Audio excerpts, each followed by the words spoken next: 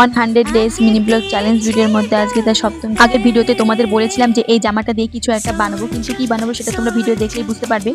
যেমন ভাবে তেমন কাজ কথাটা বললো, কোনো কিছু বানাবো ভাবলো, একদিনে কোনো কাজ আমি কমপ্লিট করতে পারিনি। আর জামাটা কেটে সাইজ করে রেখে দিলাম, আবার কালকে সেলাই করবো। তারপর নেক্সট ভিডিওতে কি বানালাম সেটা অবশ্যই তোমাদের সাথে শেয়ার করবো। কদিন আগে আমি জলের মধ্যে খোল ভিজিয়ে রেখেছিলাম, আর সেই খোল পচা জলটাই গাছের গোড়ায় দিয়ে দেবো। আর খোল পচা জলটা পাটকাঠি দিয়ে নেড়ে নিচ্ছি, তার কারণ কদিন আগে এর মধ্যে ইঁদুর মারা গিয়েছিল, আর ইঁদুর মারা গিয়েছিল বলে কি জলটা ফেলে দেবো, তাই গাছের গোড়ায় দিয়ে দিচ্ছি। বাগানের সমস্ত গাছে দেওয়া কমপ্লিট হলে টপগুলোতে একে একে দিয়ে নিলাম। তারপরে স্নান দান করে দুপুরে খাবার খেতে বসে পড়েছি। আমাদের বাড়িতে রান্না হচ্ছে আলু দিয়ে রসুন দিয়ে তরকারি আর মাছের তরকারি। আজ আমাদের বাড়িতে মাসি এসেছিল বেড়াতে, আর মাসি বললো যে আমাকে হেয়ার কাট করে দেবে, তাই যেমন বলা তেমন কাজ, তাই একটু সাইজ করে দিচ্ছি। যেহেতু মাসি লং হেয়ার পছন্দ, তাই অল্প একটু কেটেছিলাম।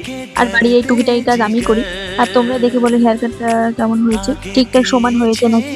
তোমাদের লং হেয়ার না শর্ট হেয়ার পছন্দ সেটা আমাকে কমেন্ট করে বলো। ভিডিওটা এইটুকু, ভালো লাগলে লাইক কমেন্ট শেয়ার করো। বাই।